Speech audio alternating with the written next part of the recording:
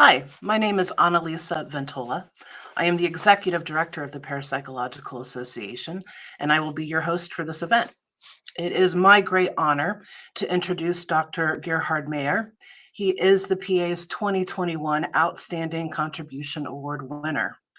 Uh, this is an award that goes to a PA professional or associate member to recognize sustained research or service contributions that have advanced the discipline of parapsychology. Gerhard is well known for his novel contributions to anomalistics and his role as chief editor of the Journal of Anomalistics. He has a multidisciplinary background, having studied art history, philosophy, sociology, psychology at the University of Freiburg in Germany. He has been working as a research fellow at the Institute for Frontier Areas of Psychology and Mental Health in Freiburg since 1996.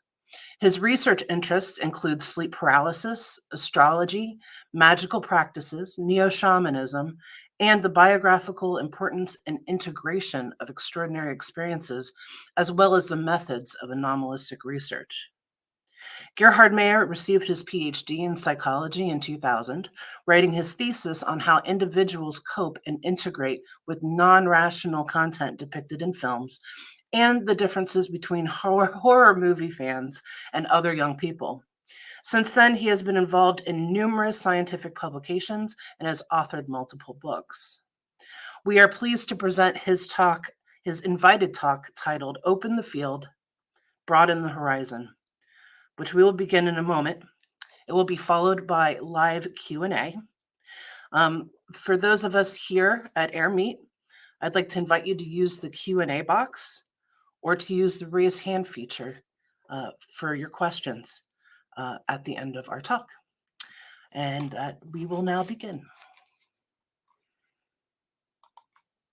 Ladies and gentlemen, dear colleagues, I will not use this address to talk about the results of one of my recent research projects or the plans for a future project.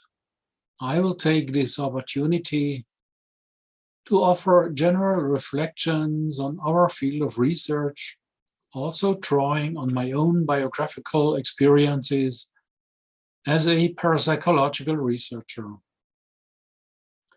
Since joining the PA in 2003, I have attended several PA conventions in different countries on 3 continents.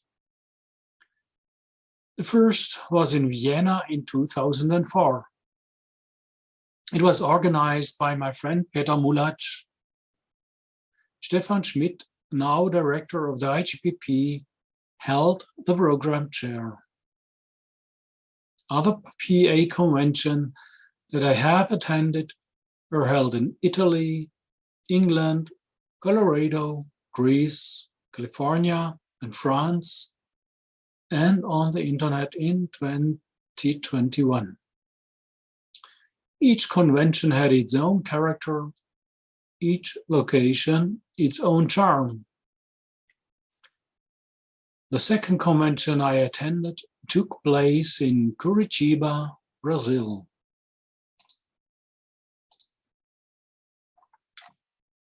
For the first time, it was neither in Europe nor in the USA, and it was organized by the then PA president David Luke, researcher at Greenwich University, and an unconventional character. He combined the PA convention with the 7th Psi meeting organized by a Brazilian group of Psi researchers and the 6th Journey of Altered States of Consciousness. Thus, he not only brought together different cultures, including scientific cultures, but also enabled exchange between the research of others on the one hand and self-experience in various altered states of consciousness on the other. This made it a very inspiring and stimulating event, quite apart from the fact that I got to know great colleagues like Stanley Krippner and Patrick Giesler, just to mention 2 names as examples, both of whom have a specific relationship to interdisciplinary and intercultural research, and also specifically to Brazil. However, one thing was a bit disappointing for me, which had nothing to do with the events themselves, but solely with my own expectations. Since my early adolescence, I have been fascinated by Black culture, mainly through music and fine arts. The way Black, that means African, African American, and Afro-Brazilian musicians played their music, the way Black visual artists painted their pictures or created their sculptures, was so different from the culture I grew up with. Black represented a different, foreign, and therefore interesting view of the world. Curitiba is located in the far south of Brazil, and instead of serving the stereotypes of a tropically warm climate and a high Afro-Brazilian population, it was cold. One day it even snowed, and much of the population had a skin color to match the snow. With a similar stereotype in mind, I came to the joint convention of the PA and the SSE in Boulder, Colorado in 2016. I was really surprised to see only one person of color among the 200 or so attendees. While I was writing a convention report for the Journal of Anomalistics, this fact came to mind again. The murder of George Floyd in Minneapolis by a police officer in 2020 shook up many parts of the Western world. The Black Lives Matter movement therefore became not only a protest movement of the directly affected population group, but went far beyond that. The new awareness of the issue of diversity in society, triggered by this brutal and tragic incident, was even reflected in the PA with an issue of Mindfield magazine devoted to diversity in parapsychology. An important step, and yet only a beginning. You could say a new beginning, because the conference of the Parapsychology Foundation, entitled Women and Parapsychology, had already been held in 1991, where the situation of women scientists in our research field was reflected, and the demand for more diversity in parapsychology was made. On October 24th in 2021, the African author Tsitsi Dangaremba from Zimbabwe received the Peace Prize of the German book trade. For the first time in the more than 70-year history of this award, it was given to a woman of color. Auma Obama, half-sister of former US President Barack Obama, delivered the laudation. Tsitsi Dangaremba herself gave an impressive speech about thinking styles and their impact on behavior towards the world and other cultures. She used a powerful metaphor, the metaphor of Jonah inside the whale. Although a horrific experience at first glance, it also has a positive aspect to it.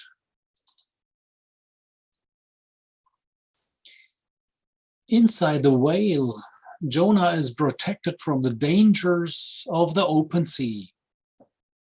But this is deceptive because he knows very well what the end process of being digested is.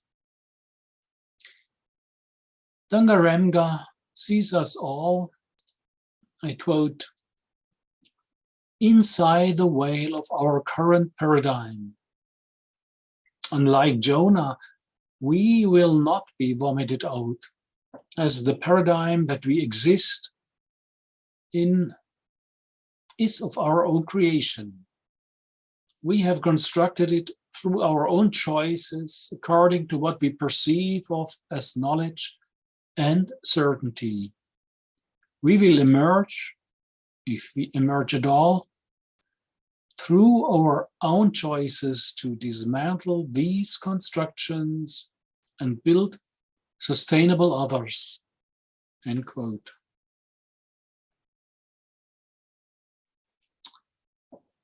What applies on a large scale to the global situation to which Dangaremba refers should also apply on a smaller scale to a field of research such as parapsychology or scientific anomalistics. In our paper on anomalistics research, the paradigm of reflexive anomalistics, published in the Journal of Scientific Exploration, Michael Schetsche and I identified 3 points that characterize a social science approach to anomalistic phenomena and that need to be considered. First, the epistemic particularities of the phenomena under research and its impact on methodology. Second, the precarious cultural framework conditions of this research. And third, the areas of tension between subjective evidence, scientific proof, and social discourse. Picking up on Dangaremba's thought, one could add, force to critically question our own habits and research paradigms to which we are committed, and to allow for new perspectives. However, this last point concerns not only parapsychology or anomalistics, but science in general. I don't want to repeat my PA talk from 2016 and go into detail about the first 3 points of reflexive anomalistics. You can read this in the GSE article, which is freely available on the journal's website. I would like to review just a few of the key concepts about the epistemic peculiarities and the connection between subjective evidence, scientific proof, and social discourse that psi research has to deal with. These have great impacts on our habits and research paradigms that need to be looked at critically in order to increase diversity in parapsychology. In parapsychology, experimental laboratory research encounters the elusive nature of the phenomena that subverts the classic demand for repeatable and reliable results. Some explain this by the trickster nature of psi, which of course is not a real explanation of this phenomenon. Another major problem in experimental laboratory research is the experimenter effect, according to which the experimenter has an anomalous or parapsychological connection with the experiment and thus unconsciously and unintentionally influences the result. But this may affect laboratory experiments in general and not only in parapsychology. The epistemic particularities of anomalistic phenomena in the living environment can be found on various levels. I will only mention one point specifically relevant to the topic of my talk.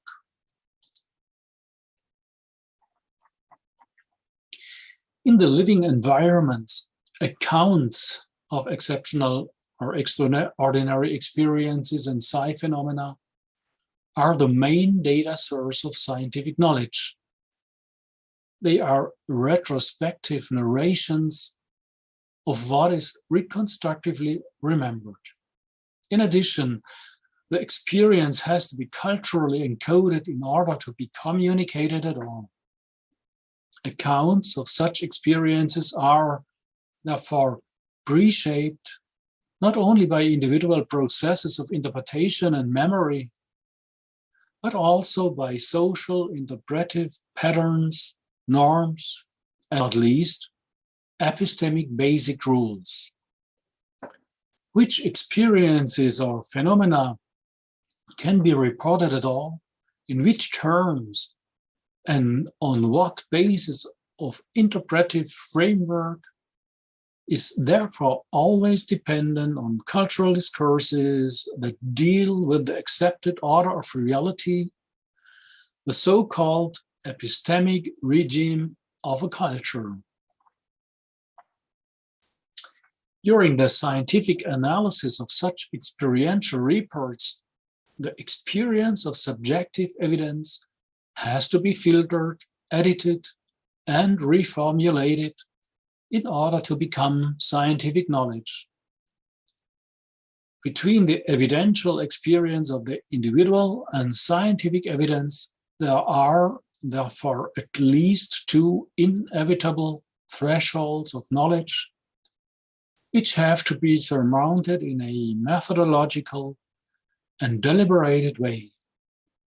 In addition, there are various social influences on research, and furthermore, researchers are not free from their own interests, ideological limitations, and ways of thinking related to the zeitgeist. Particularly with the investigation of culturally controversial phenomena and experiences which belong to the heterodox segment of the accepted order of reality, relevant influences on single scientific findings, as well as on the scientific worldview in general, have to be taken into account analytically. Especially for this process, cultural diversity can be a great help and enrichment. Experimental laboratory research has long been regarded as an ideal approach in psi research. This experimental approach could be considered to result from parapsychologists' endeavors to establish parapsychology as a normal academic discipline. They wanted to deal scientifically with paranormal phenomena and psi as if they were conventional objects of investigation which did not differ essentially from those in mainstream science. This development was initiated by the American biologist and parapsychologist J.B. Rhine in the 1930s. These efforts towards normalization of parapsychology led away from previously respected approaches such as case studies and qualitative research methods. With this, however, parapsychology was quite in line with academic psychology. At the 1991 conference, Women and Parapsychology, Ria White argued that parapsychology, like every other field of research, is founded on an androcentric view that science is, I quote, unambiguously based on observations of facts and data linked by rigorous logic to hypotheses and theories and progresses through an accumulation of such knowledge, end quote. Androcentric means seen from a masculine point of view, referring to a feminist approach to science that questioned this androcentric paradigm of performing science and gaining knowledge. She emphasized that, quote, the basic assumption that all knowledge is socially constructed, end quote. Furthermore, she points to the importance of spontaneous case research and process or experience-oriented approaches for parapsychology. I am not knowledgeable enough in feminist theory to assess whether the label a feminist approach to parapsychology is justified for these content and methodological proposals in today's situation. We can definitely state that the situation has changed over the last 30 years.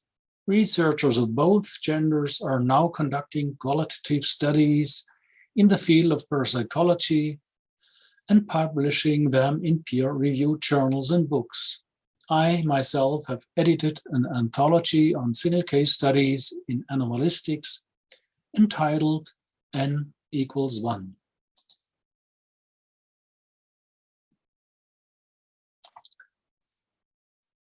But it seems that some, fueled by recent debates about diversity and decolonization, want the pendulum to swing in the other direction entirely.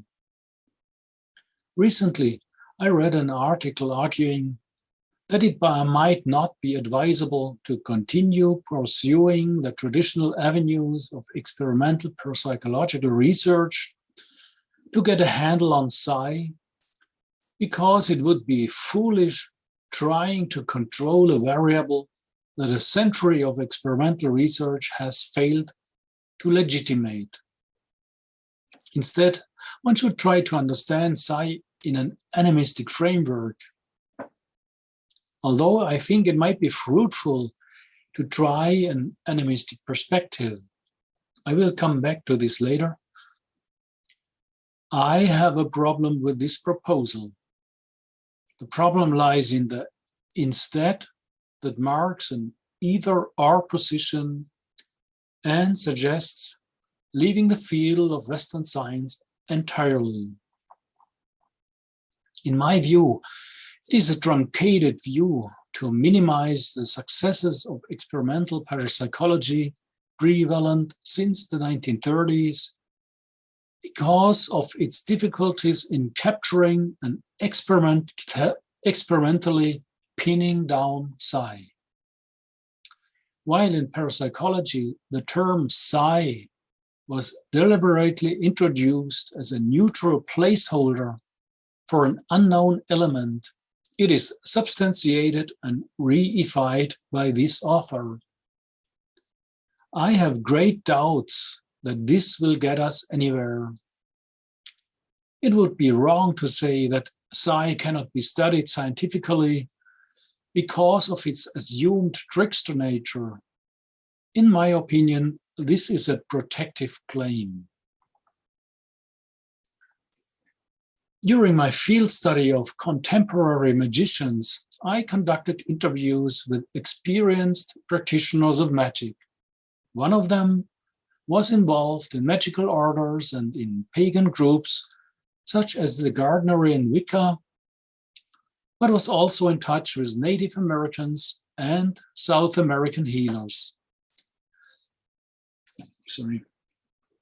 He described the instructions of shamans to European spiritual seekers not to pursue the desire to become Native Americans themselves and copy a foreign culture, but to search for their own European shamanic and pagan roots. As everyone knows, there is a great danger of reciprocal positive or negative idealization when foreign cultures meet. The instruction to look in one's own garden before looking in the garden of one's distant neighbor could be seen as a kind of antidote to obstructive projections and perhaps also as a protection against the exploitation of indigenous cultures. I wrote about some of these Western projections in my 2008 paper, The Figure of the Shaman as a Modern Myth.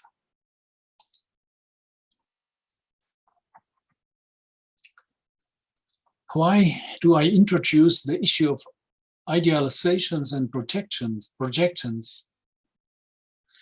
Because it is an important factor when thinking of alternatives, changes, and broadening perspectives. Idealizations and projections can be motivating and promoting.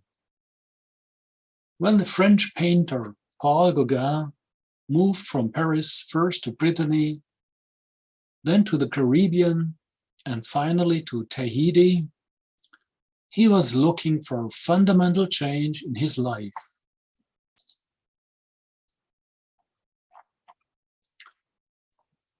His idealized image of these places and people provided the energy necessary to take these steps out of his unsatisfactory situation in France. Although he quickly became disillusioned and had to correct his image, the encounter with foreign cultures was fruitful and had a great influence on his art. However, idealizations and projections are also limiting, as they lead to a reduction of complexity and an oversimplification of reality.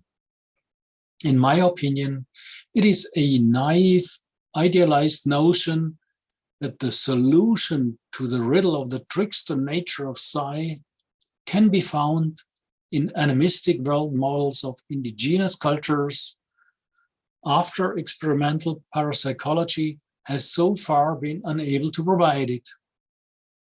It is crucial to recognize and respect the limits of all models used.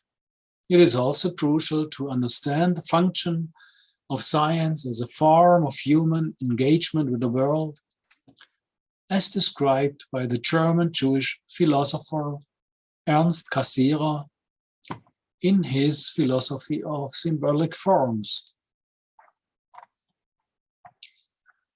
Science seeks order, structure, and regularities, which it derives through abstraction from the singular, the individual, and what may initially be chaotic. This also applies to the scientific study of anomalies and of what we call psi. If we were to assume that psi was chaotic and not subject to any regularity, then we would automatically exclude it from the realm of scientific investigability. To take up Dangaremba's metaphor again, moving from the belly of the whale of our protective paradigms back into the open ocean does not necessarily mean totally abandoning the paradigms we know, moving into the belly of another whale that just swam by, and uncritically adopting a new set of protective paradigms. Replacing one set of paradigms with another alone does not necessarily expand the horizon of possibilities. One should be careful when confronted with demands for change in the sense of replacing the old with the new. The new could just be catchwords that are hip at the moment without bringing any progress of their own. Perhaps it has already become clear that I do not intend my remarks to be a political call for diversity, for decolonization or post-colonialism, to name two other buzzwords that are currently frequently used. This is an important but difficult area, in which it is easy to run the risk of using the above terms to justify declarations of intent as a kind of self-labeling without a thorough argument. The question of political diversity led me to the question of content diversity or diversity of thinking. This seems to me a fruitful approach. If we already know and only look for confirmation, yet another theory discussion only about physical theories of psi and further discussions of known models, then there may be progress and gain in knowledge, but probably on a rather small scale. I remember very well the G.B. Rhine address given by French astronomer and computer scientist Jacques Vallée at the 2018 PA convention in Petaluma.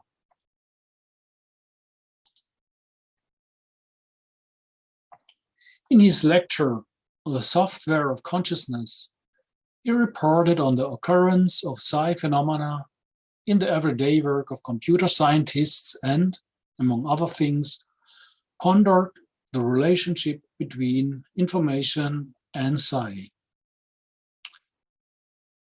While he, of course, finds it useful to look at models of quantum physics and view them in terms of an understanding of psi phenomena, he still considers it a mistake, a trap, how we call it, for parapsychology to turn exclusively to physicists to explain how psi works.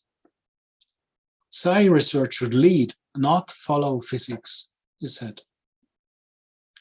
Jacques Vallée, himself an outsider to classical parapsychology, reminds us to think outside the box and allow our thinking to make excursions out of the belly of the whale or the cage of our cherished paradigms.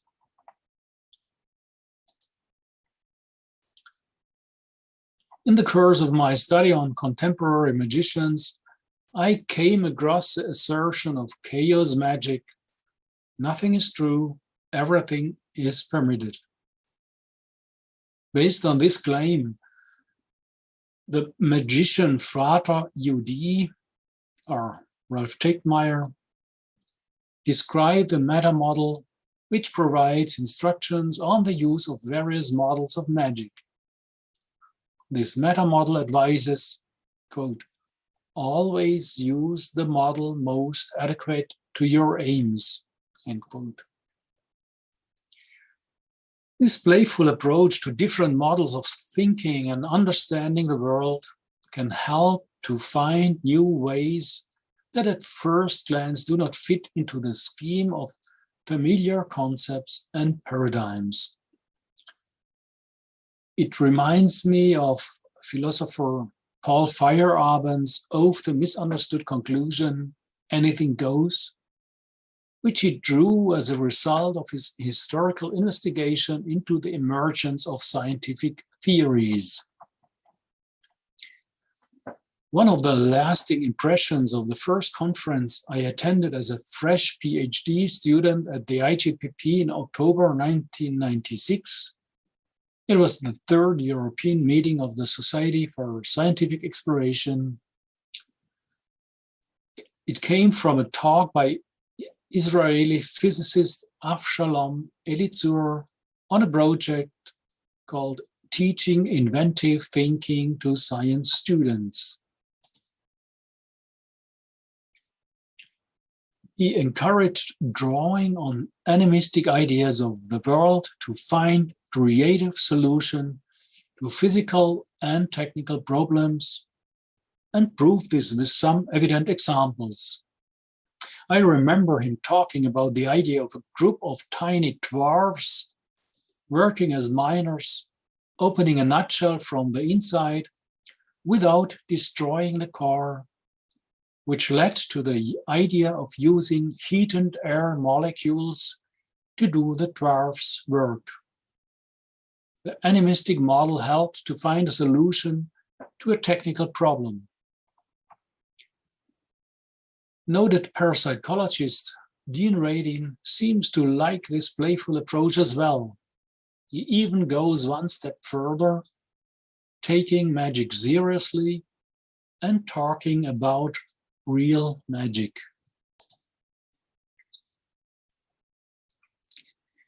In his presidential address at the aforementioned 2018 PA convention, he spoke of his new book entitled Real Magic, in which he relates ancient wisdom teachings and new science. Radin described the connection between magic and parapsychology on the phenomenological level and essentially replaced the term psi with magic. He did something similar in his book Supernormal from 2013, in which he combines Western parapsychology with the Yoga Sutras and the supernormal mental powers that can apparently be obtained with this practice. From both the cultural studies and a parapsychological perspective, one could critically question his equation of concepts from different cultures and social spheres. Radin adopts them from the perspective of a Western scientist, staying largely within his field and cultural framework, and relating them to his natural philosophical model of consciousness as the basis of reality. Nevertheless, the structural similarities of some elements and goals of magical practice and psi experience are striking, and Radin's creative approach has opened new perspectives and led him to several very interesting and successful experiments. My talk will now take another turn and meander to another point. While thinking about questions of cultural diversity and decolonization, I came across the book Dynamic Traditions, Global Perspectives on Contemporary Music that accompanied last year's Donaueschingen Festival, the oldest festival of contemporary music, held annually since 1921 in the town close to my birthplace. The field of contemporary classical music is completely dominated by Caucasian composers and performers, and in this, it is comparable to parapsychological research. In 2018, a team of international curators initiated the project Donaueschingen Global. The curators, I quote, undertook research trips to various regions in Africa, Latin America, the Middle East, and Asia, and explored the question of which contemporary music practices exist in the regions, which composers, musicians, sound artists, and ensembles have not yet been represented at all or not sufficiently on European stages, and what a decolonial music practice might look like, end quote. As a consequence, the program of the 2021 Donaueschingen Festival was hugely enriched by the participation of artists from these regions of the world. Some of the essays in this book provided inspiration for my lecture topic. I learned that there are two seemingly contradictory forms of wishes for a decolonized treatment of so-called BIPOCs, that means Black, Indigenous, and people of color. The first is that BIPOC artists want to be treated the same as all other artists without any presuppositions and expectations of cultural or folkloric colorations being applied to their works. The second, on the other hand, is that cultural independence is appreciated and works that have been shaped accordingly are treated on an equal footing with works in the tradition of Western classical and contemporary music. It seems to me that a general rule for appropriate and fruitful interaction with people from other cultures is to take both desires into account. That means to see the similarities and appreciate the differences without judging hierarchically. The same applies to dealing with foreign scientific disciplines, approaches to phenomena, theoretical concepts, and world models. The idea that there is a clearly defined royal road to knowledge seems to be rather antiquated. In this sense, I plead for a striving towards diversity of mindsets. A greater diversity of cultures involved in research is certainly helpful for this purpose. I'm not sure if the example of the Donation Global project is transferable to parapsychology, although the idea of sending a team of scientists on research trips to different areas of the world does have its appeal. However, the opening of the field, as I experienced in a positive manner at the combined convention of the PA, Psi meeting and Journey of Altered States of Consciousness in Curitiba, is certainly a worthwhile path that should be actively pursued. Why not try to hold a PA convention in India, Japan, or South Africa? Or look for other ways to find out what is going on in these countries in the field of parapsychology. I have been very fortunate to work at the IGPP for many years. I studied psychology relatively late and was already 38 years old when I started my dissertation with a PhD position at the IGPP.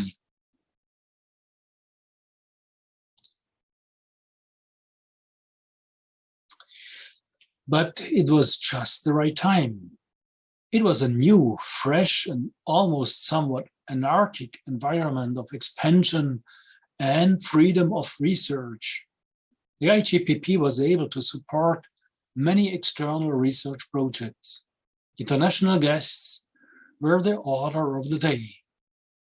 A stimulating atmosphere characterized by disciplinary diversity, which also reflected the diverse interests of the Institute's founder, Professor Hans Bender.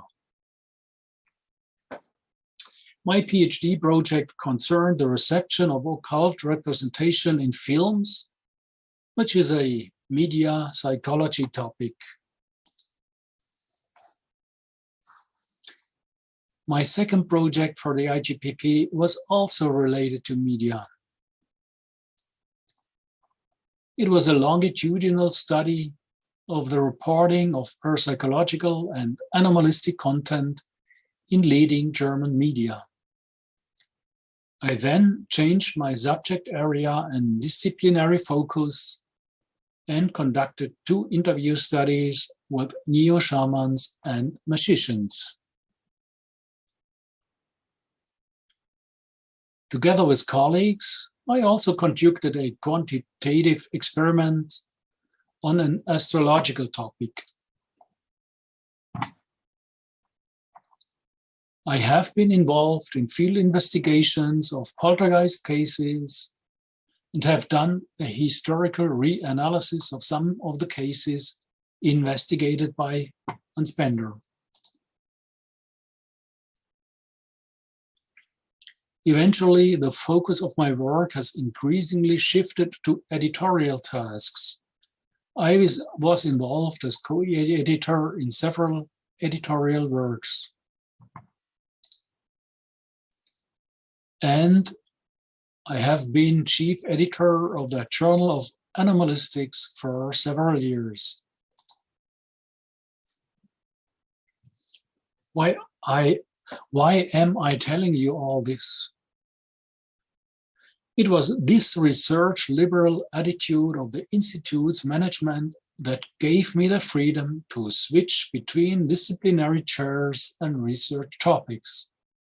I was never forced to follow mainstream science policy rules and adopt their criteria for scientific success. Most of you will know, for example, that seeking publication in high-impact journals as a primary goal is incompatible with research on the core topics of parapsychology, at least for now. The head of the Institute gave me the freedom to pursue my individual research interests as long as they were aligned with the Institute's core topics in terms of content and followed academic standards and the criteria of good research in terms of methodology. This attitude was very conducive to my diverse research interests. By no means do I mean that this is a suitable path for everyone. Researchers who specialize in one area are just as important as those with broad research interests. The decisive factor was that I felt understood and valued by the directors of the IGPP with my personal approach and my individual strength. That has brought me to where I am now. I am very grateful for this. Also, this seems to me the most appropriate setting for the specific field of research. Parapsychology has always thrived on individualists looking beyond the guardrails of the mainstream science highway. Highways led to known destinations. If you are looking for the little known and new, you have to choose the country roads and dusty path, even with the risks of not finding it. Experienced parapsychologists who have a sense of the history of their discipline know this. They also know that the attempt initiated by J.B. Rhine to bring parapsychology into the scientific mainstream did not have the expected success. Neither the quality of parapsychological research with advanced methodology and the strictest controls, nor highly significant findings led to mainstream acceptance. As the not so long ago case of Daryl Bam's study, Feeling the Future, shows, even a major scientific career in a conventional research field apparently does not lead to greater acceptance of Bam's parapsychological research, let alone of parapsychology per se. Another telling example is the retraction of the paper Prediction of Mortality Based on Facial Characteristics by Delorme, Michel, and Radin, published in Frontiers in Human Neuroscience in 2016. This peer-reviewed paper was retracted by the journal's editor without providing any reasons and without giving the authors an opportunity to respond. Further examples could be given. I am not saying that all attempts to publish such articles in mainstream journals are useless. For example, Edsel Cardenas' review paper, The Experimental Evidence for Parapsychological Phenomena, published in the journal American Psychologist, is of great importance to our discipline. My point is that efforts should not be primarily directed at this accommodation to the convention of mainstream science in the hope that it will provide the desired recognition. This would necessarily result in a narrowing of the horizon, including efforts towards demarcation within the research scene between what is real parapsychological research and what is not. It also seems to be a waste of energy. In varying a quote from Upton Sinclair, it is difficult to get a man to understand something when his salary, and I added, or his beloved theories or his model of the world, depends upon his not understanding it. Unquote.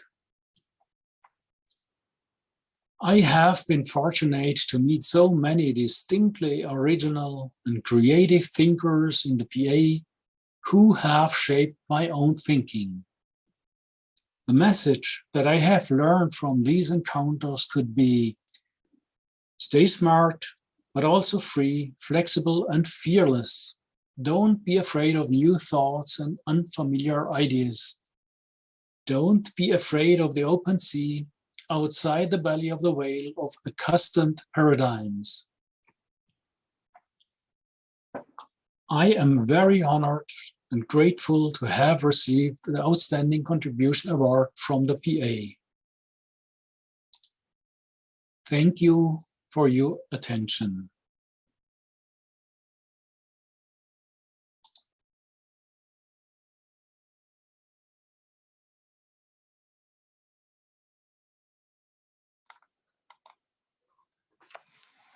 Okay. Thank you, Dr. Mayer, for your talk. That was full of, I think, a lot for us to talk about. And to that end, I'm speaking to the PA members that are here at AirMeet.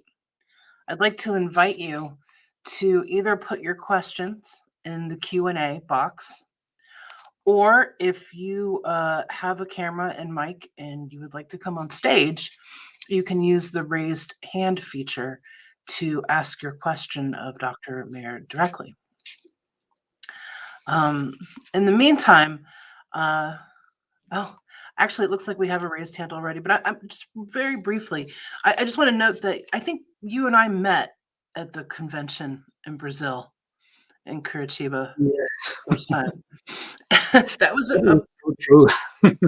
yes, and that was a pretty excellent weekend, I might add. And I agree with you. I think it'd be great to go back to Brazil, or to go to have our conferences in continents other than North America or Europe. But what would be helpful to make that happen is to have more members in other continents. So do you have any thoughts on how we could maybe better reach potential members outside of North America and Europe? Not really good ideas, but I mean, there are a few of them, and maybe we should more actively get in touch with them in Japan or in India. So, but it's certainly not easy.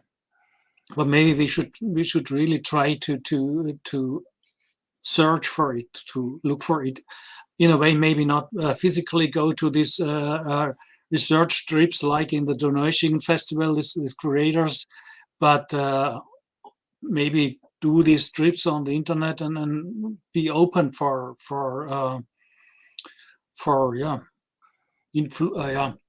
maybe ideas, or for people that are working there, and maybe even made a call for paper or so directly.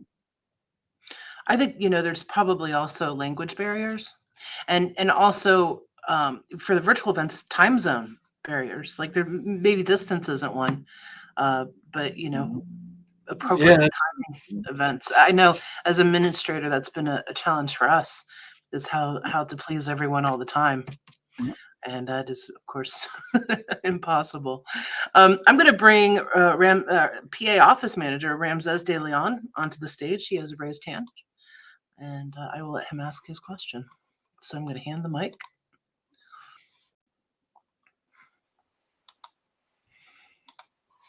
Hello, Gerhard. First of all, Hey. congratulations on the award. Very well deserved. You mentioned in your presentation that, well, Annalisa talked about new members, but I'm wondering about your thoughts of recent student members. You said that you were benefit, or you have the benefit of doing your PhD with the IGPP, but I've noted that student participation in the PA is a little bit low, and also retaining those because of the career opportunities after they graduate are very difficult. Can you elaborate a little bit more on your vision of the field, or what can the PA or all of our members can do so these students keep with us if they don't have a particular superb opportunity as you had? I think it's really difficult. This is because what you said, that it's a problem with the career, that will always be the case as long as parapsychology is not a well-respected discipline, well-respected from the mainstream, so to say. So we have several internships here or doctorates at the IGPP, but most of them are going back into some sort of mainstream, and there are only a few that are really committed to the field. And I think as long as the situation is as it is now, we always find only the very committed person, as you are, for example. I can ask you the question, why kept you with this topic, parapsychology? So you can answer the question yourself, I think. Well, I will just comment that I will just comment that parapsychologists need a really particular configuration of mentality. Uh, we need a lot of drive, and that's something that students can relate to.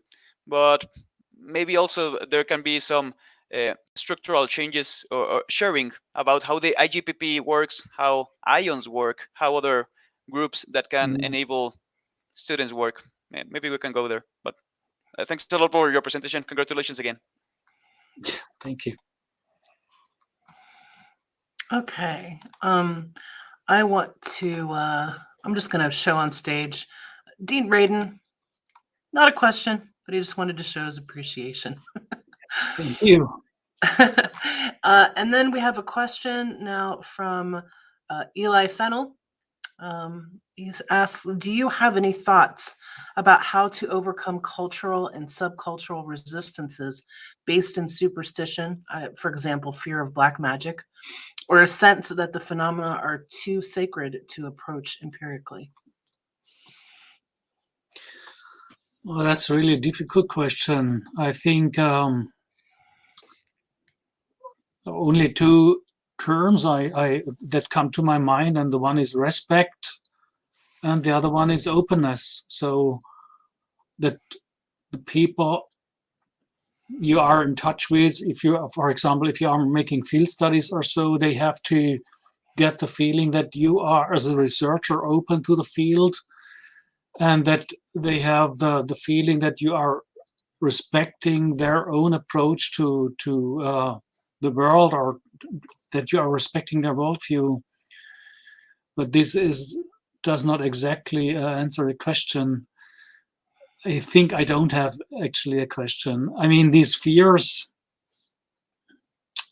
they are very deep, culturally deep, and there are some individuals that are have less fear, and other have more fear. But how to decrease the fear of other people, you only can be convincing yourself. So I did my study on magic, and I'm a total, more or less normal person. So maybe magic is not so satanic or whatever. So, but I don't have a really good answer to this. Sorry. I have another question, and it's actually in the chat. It's Laura asks, "What was the one thing that stood out to you the most, or what is the one thing that stood out to you the most, or surprised you during your studies on modern magicians?" How different they are, how individualistic they are. So I mean, it was not a large study. I had 11 interviews, but very long interviews, up to 3.5 hours. So very intense. But and it was not easy to get these people to make these interviews with me. So because they had a lot of fear that I could be a skeptic, or I could be another magician who want to get their secrets and want them bad and do black magic on them. So, but what I found out is that all of these 11 individuals had, every of them had a totally individual approach, and that is the thing that they had immutable, their individuality and their attempt to get a very unique access to the world. And so they are, all of them were highly educated, often within a university study. And so that was very interesting for me to see how they integrate this magic approaches or magic beliefs with their knowledge of science. So that was very interesting. So yeah. We have a raised hand from our PA president, and so I will hand her the mic.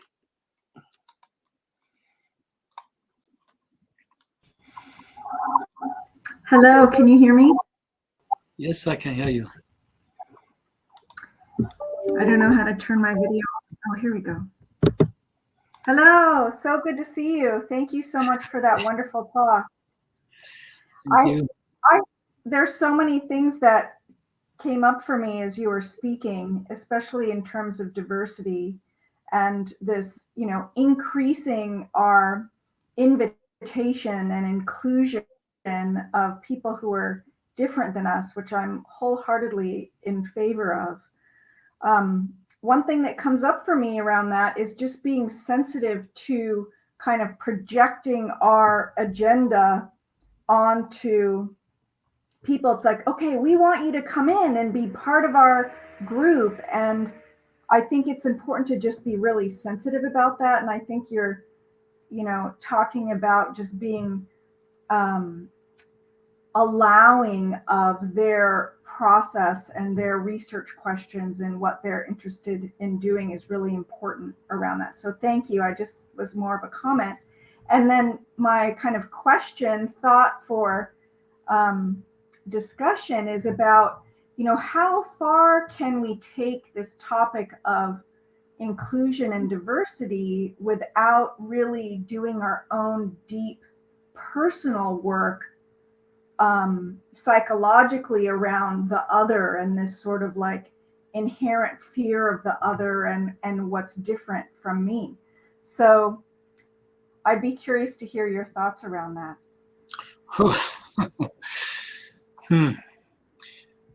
Yeah, I think it's really an individual thing. So everybody has his own mindset, so to say. And I thought about it that so if you take, for example, practice of meditation to clear your mind, to calm down, to focus.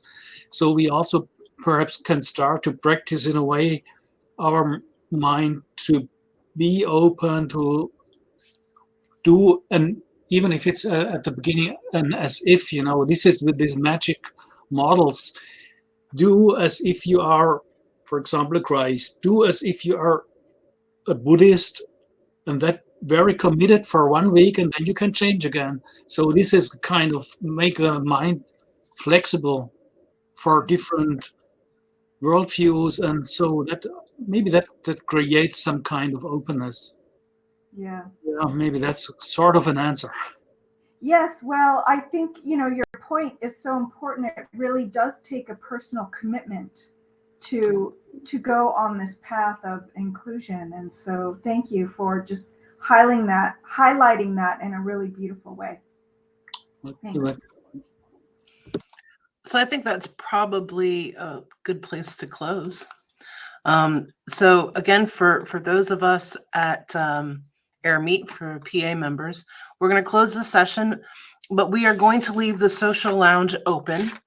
And I believe Gerhard is willing to do maybe some small group discussion with us for at least a little while. So as soon as the session ends, I encourage you to join a table and stick around for a bit so that we can discuss these topics a little bit more. Anyhow, Dr. Mayer, thank you again for an excellent talk. Congratulations on your award. And I'll see you in the social lounge. Thank you.